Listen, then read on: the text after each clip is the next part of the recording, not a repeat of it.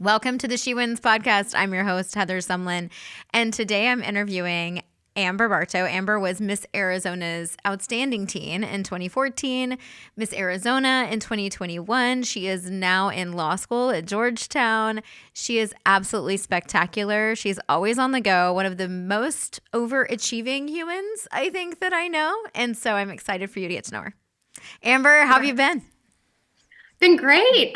Just living my life here in DC in my last year of law school, and everything's been going really well. How about you? I've been good. I've been really good. It's been a minute since I talked to you, so I'm so excited to catch up. So go ahead and just start with giving everybody a background of who Amber Barto is. So my name's Amber. I was Miss Arizona in 2021, and since then I have been at Georgetown Law School, earning my Juris Doctorate. As I just mentioned, I'm in my third year, and I am going to be on my way to New York next October to start working for a firm in corporate law. Before I came to law school, I've always really had a passion for volunteering and community service, which was my social impact initiative when I was Miss Arizona, completing thousands of hours of volunteering a year, working with many, many different organizations, particularly the Pancreatic Cancer Action Network and a New Leaf Foundation in Arizona. And so those were my two big ones, but I really worked with all these different nonprofits and was able to raise a lot of money for a lot of different causes. So, what's a defining moment that you've had in your life, do you think, up to this point? I've had quite a few, but I would say one that really sticks out to me was when I was in college. I had already been really involved in community service. As I mentioned, that was really something I was passionate about, particularly the Pancreatic Cancer Action Network. And I got put in touch with this young girl. Her name was Leah.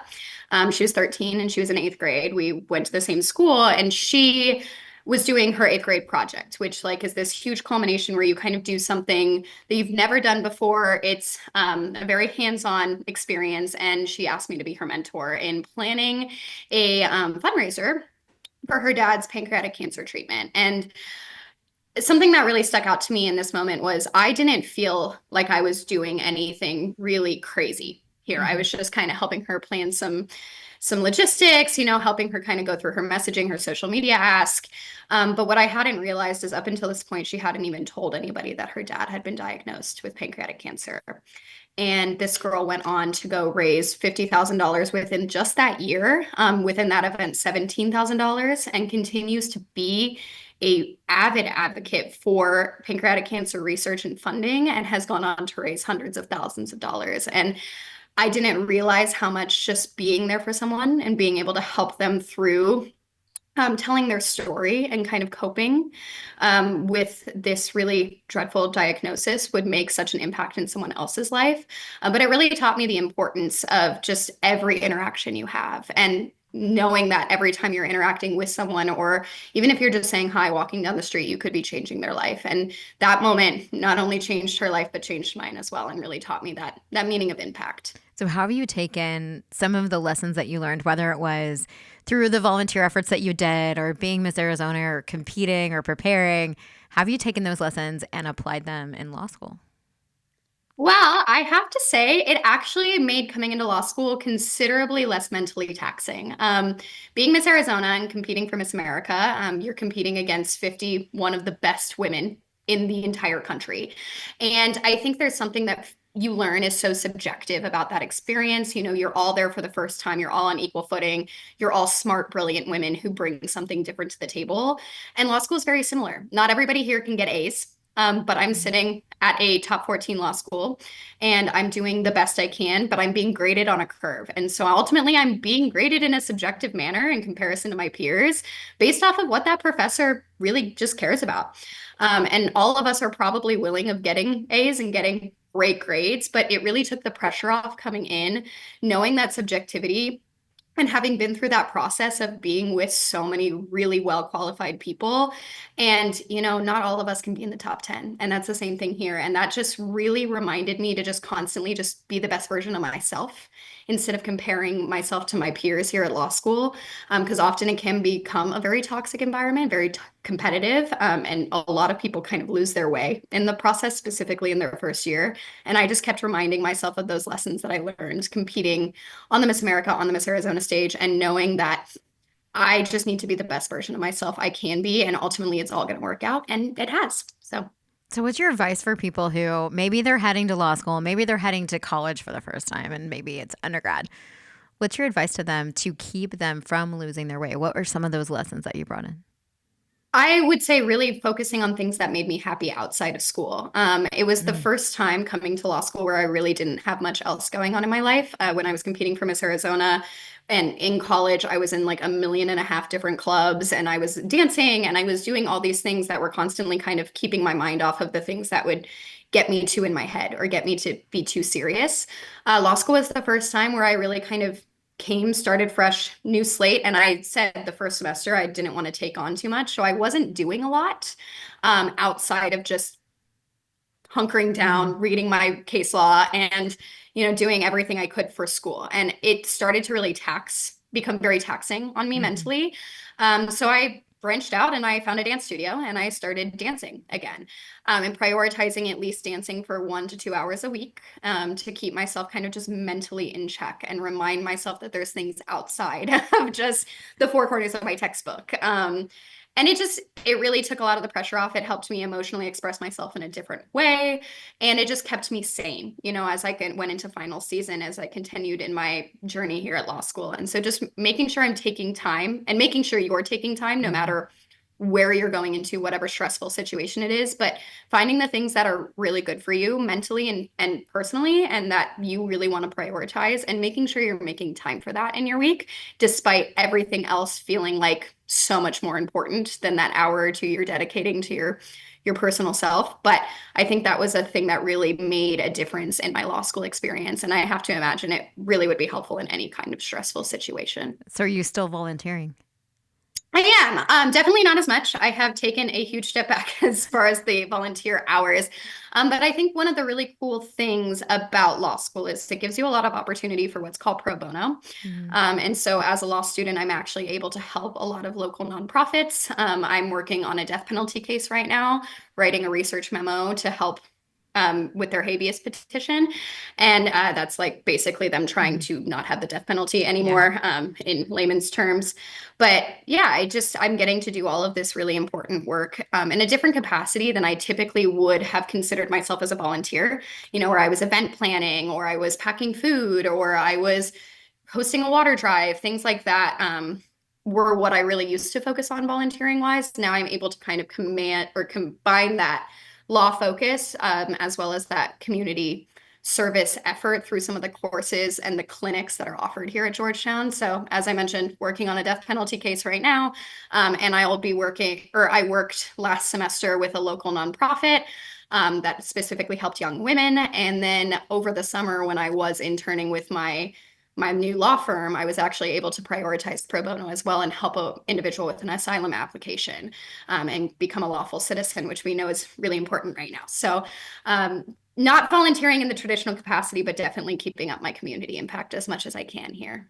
Do you feel like you've changed at all going to law school? Yes. Yeah, I do. I don't know. I think it's really interesting. I think also your location Mm-hmm. really changes who you are. So growing up and spending most of my life in Arizona, I didn't realize some of the things that, like might be really typical in Arizona aren't as typical elsewhere.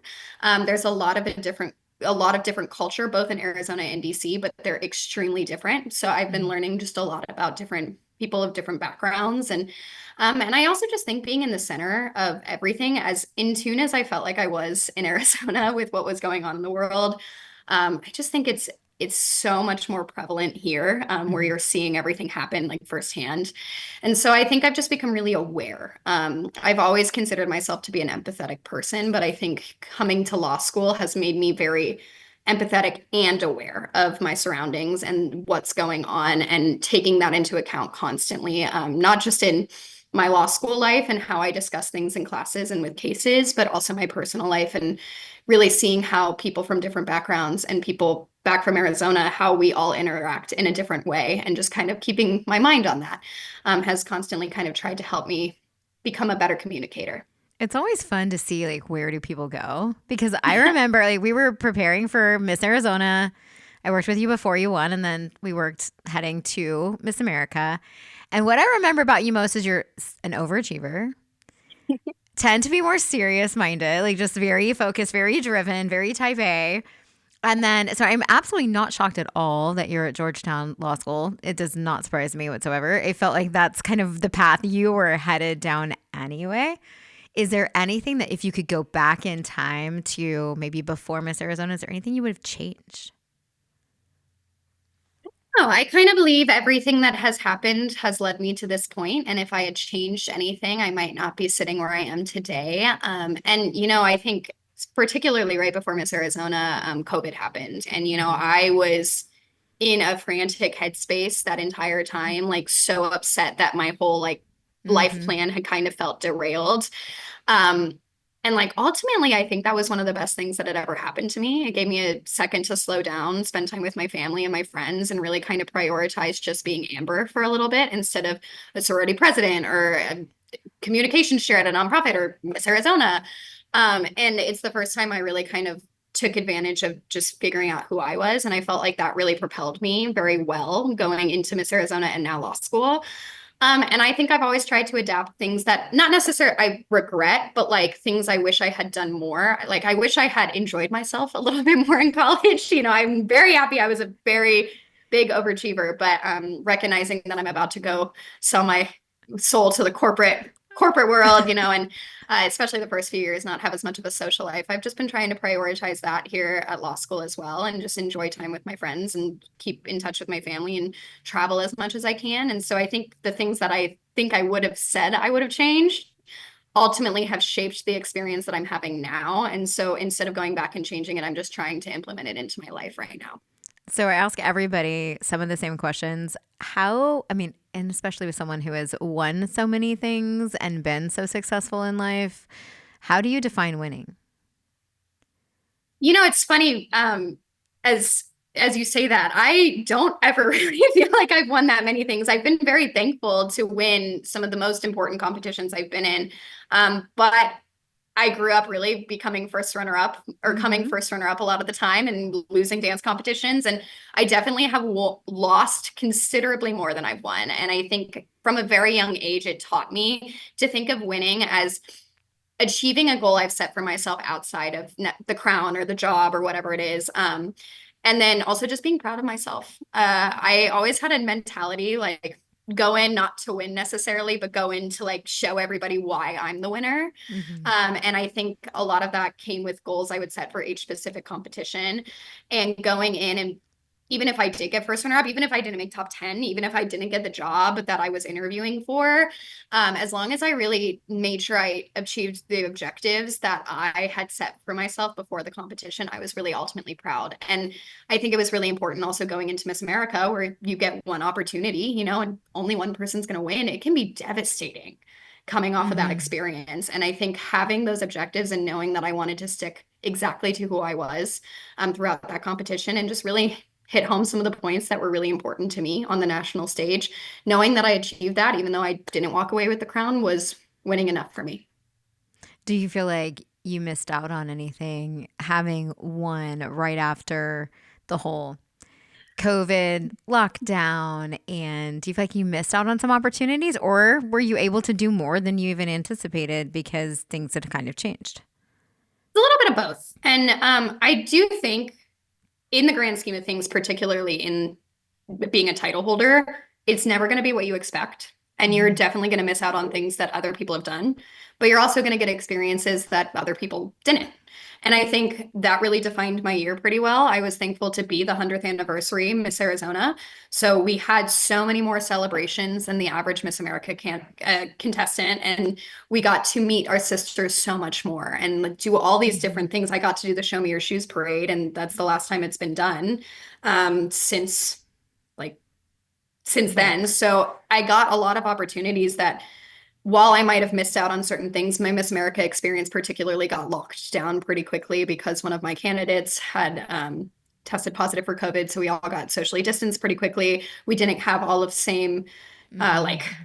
grandeur of competing at Miss America, but we got to get really, really close as a class. And I think that's something that really made our class bond and unite. And then on top of that, we got so many other opportunities because it was the 100th anniversary. And because they were also trying to come back from COVID, it's the first time Miss America had happened in 2 years. And so they were trying to make it really exciting. We were adapting to these new times. We had to make a TikTok, which was completely new because that really exploded during COVID. That's when that took off. So we were applying things that we had never really seen in the Miss America program. And it was really cool to be a part of that. And the things that we've missed out on, I feel like it really made up for in other ways. And thankfully, Arizona was really, really cool about letting me kind of continue all my volunteer work and have a lot of the celebratory functions of being Miss Arizona while still being safe and smart surrounding like coming out of the COVID epidemic. Tell me a little bit about advice you've been given. So, has there ever been advice that you've just held on to or that has made a significant impact in your life? Don't take yourself too seriously. As you mentioned, I am a very serious person. And I will never forget walking into, I was also Miss Arizona's Outstanding Teen in 2014. And I took myself so seriously. And like my resume literally read like I was running for Senate, and my interview reflected that. And I look back on that experience and I'm like, oh, I crushed it, but I crushed it in terms of like I should have been on stage in a debate. Right. I was not a teen. I was not sitting there having a fun, bubbly conversation. I don't think I smiled because we were talking about illegal immigration and Obamacare and Russia. I wasn't smiling. And I just remember walking out of that being so proud that I had like answered those questions so well. But then I was like, oh my God, I took myself way too seriously. Like, that's Yeah. not what we're here for. I'm not here to become the next senator for Arizona. I'm here showing them that I'm a relatable teen girl. And I think that's flowed through kind of everything in my life. It's something I really tried to pay attention to when I was Miss Arizona, is to really just take some time, enjoy the moment, and just remember that I'm there as Miss Arizona Amber Barto. I'm not there trying to fit a specific mold. I'm not there trying to be a specific thing. And I should just be authentically who I am. And that's ranged true here in law school. Not to take myself too seriously as well, because it's really easy to do that. It's really easy to do that here because everything feels so serious and so intense and so meaningful. But to just remember to have some fun, not Mhm. necessarily lock yourself in the library 24/7 or try to fit the mold of exactly what I'm supposed to be as a law student. And just instead be Amber Barto has been really, really effective here. And I'm hoping it will carry through in my professional life in the corporate world. So, what do you do for fun besides dance? um, excuse me. Sorry. I love to paint. So I do a lot of painting just for random events. I also love to decorate my apartment. It's not decorated right now, otherwise I would show it to you. Mhm. But for each different season, I kind of like bring something else in. So Halloween or Christmas are like my big two ones. But soon I'll decorate it for spring. Get some cherry blossoms out here and get some butterflies up, and then I'll do paintings for the different seasons as well to hang on my walls. So that's something I really enjoy. We love to brunch here in DC. Love to brunch with the girls, and we're just all of my friends specifically are trying to do things in DC that like we might not get to do since most of us are moving out of Mm. the city. So like for Friday, we're all gonna go get on a blossom boat tour. So we're gonna get to go see all of the cherry blossoms from the boat on the Potomac, which will be really, really fun. We all have like watch parties for various different shows or movies. We go to a lot of movies. It's just trying to do as much as we can to experience where we are right now in the now, and not look back and be sad that we didn't get to do some of that stuff. So you said you're going to New York, right? For your job? Yeah. Yes. What kind of law are you going to practice and what will you be doing? Or do you know? So it's called capital markets. And that essentially, in most law shows, you'll watch like mergers and acquisitions. They refer Mhm. to it as M&A. So I'm kind of like an offset of mergers and acquisitions, and I deal specifically with SEC regulations. So Mhm. that's really going to be what I'm doing, is doing all the disclosure documents and helping companies raise money and tell their story to investors in a way that's SEC compliant. That's the best way I can describe it. It also like deals with some debt as well, but that is the best way I can kind of like sum it all up. And I'm going to be honest, I did it this summer for a little bit, but like I'm still not completely sure Right. what I'm going to be doing. So It'll be fun, I whatever know it that's is. where I'm going into, and that's the gist of it. But I'm sure I'll have so much more to learn, and I'll figure out even more what it's about when I get there. When you submitted your law school applications and you were like, I'm going to go to law school, did you imagine that this is the type of law you would wind up doing? No, no, not at all. Oh my God. My friends all joke, I came to save the world, and they all converted me to the dark side. And I mean, in all honesty, I think, oh, I don't know why I'm raising my hand, sorry. But in all honesty, I think a lot of the time law school is going to implement the kind of mindset where you're going to go at least for a few years into a big law, corporate law setting. Mhm. You learn a lot in that setting, and thankfully they pay well enough for you to pay off your student loans. Yeah, there you go. So you kind of go for 3 to 4 years, kind of get your bearings, figure out exactly what kind of lawyer you want to be, and get all of these initial starting skills. And then from there, you can kind of see where it takes you. I've actually found to really love it. I really enjoy working on like these big splashy clients, which is really cool. And just kind of being in the room where everything happens has been really interesting. And the experience that I had this summer. It also, I just feels like kind of reminds me of being Miss Arizona. When Hmm. I'm in a corporate law setting, I feel like a lot of the people have very similar energy to a lot of the Miss America girls I've met. But I definitely, if I stay in corporate law, really want to be prioritizing that pro bono service too, because I did come here thinking I would work for the State Department and maybe potentially have some kind of gateway into like immigration law. And I knew I didn't want to do immigration law full time, but I wanted to do something with foreign policy and, just kind of creating pathways into our country legally and making it more understandable for people who are going through that process, as well as just engaging with humanitarian crises overseas. And so that's really what I came in thinking I wanted to do. And obviously, I'm not doing that. I am doing corporate, but we'll see in a couple of years, but it's been really cool as well. Just as I mentioned, that pro bono opportunity that I had over the summer, helping with an asylum application, something that was extremely important to me. Coming into law school, I was still able to do in a corporate setting. So as long as I'm able to keep some of that, world saving, giving back energy in my life, I think corporate law is a good place for me to be right now.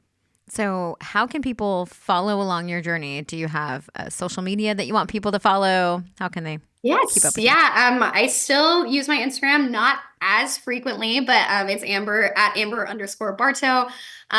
That is really where I'm posting most of my updates. I also have Facebook. You can find me at Amber Barto. And then I would say my lawyer DC self is going to tell you all to look me up on LinkedIn. Amber Barto, always looking for more networking connections. And if anybody ever wants to reach out about applying to law school or the process of getting into a Mhm. law firm or just the pageant world as well. Really anything, I'm best reachable either through DMing the Instagram or direct messaging me on LinkedIn as well. Perfect. Well, I'm super proud of you. I'm proud of you for pursuing your dreams and for adjusting the sails when necessary to go and do what you feel now called to do, which would be great. I hope that you're going to judge a few competitions potentially if there's any opportunity for that. I have a feeling you would make a fantastic pageant judge. And I'd then, love to. I think that would be so fun. I know I've just been so wrapped up in this world, but I still try to stay involved when I can. I'm excited to actually get to go back this year for Miss Arizona. I was there briefly last year, but like it was a very quick turnaround trip. So while I'm studying for the bar, I am going to spend some time in Arizona so I can kind of re-engage with that part of my life too. But yeah, I'd love to judge, love to be involved. I really care about it. So it's fun. And I have to shout you out because I don't know if you even remember this, but you prepped me for my Georgetown Law interview. oh, So yeah. I really appreciate it. Yep, obviously I worked out and I'm here now. And so Oh, I still think yes. about a lot of those moments. A lot of people have been calling me and asking me for help with their interviews, and I'm thinking about like the things that we talked about going into the Georgetown Law interview specifically. Oh, that's awesome. Yes, I remember. Now that you mention it, I'm like, "Ah, we did talk about that. That's awesome. I'm just so proud of you. I can't wait to continue to stay up to date on what you're up to next. For those of you who are not Patreon members, join my She Wins Solutions for Pageantry Patreon because Amber and I are going to continue to talk and we're going to tackle some of the things that she did probably in preparation for Miss Arizona, maybe in preparation for her law school interview. We'll talk about a little bit of that. So join Patreon, like this if you do, share it with a friend, and follow Amber.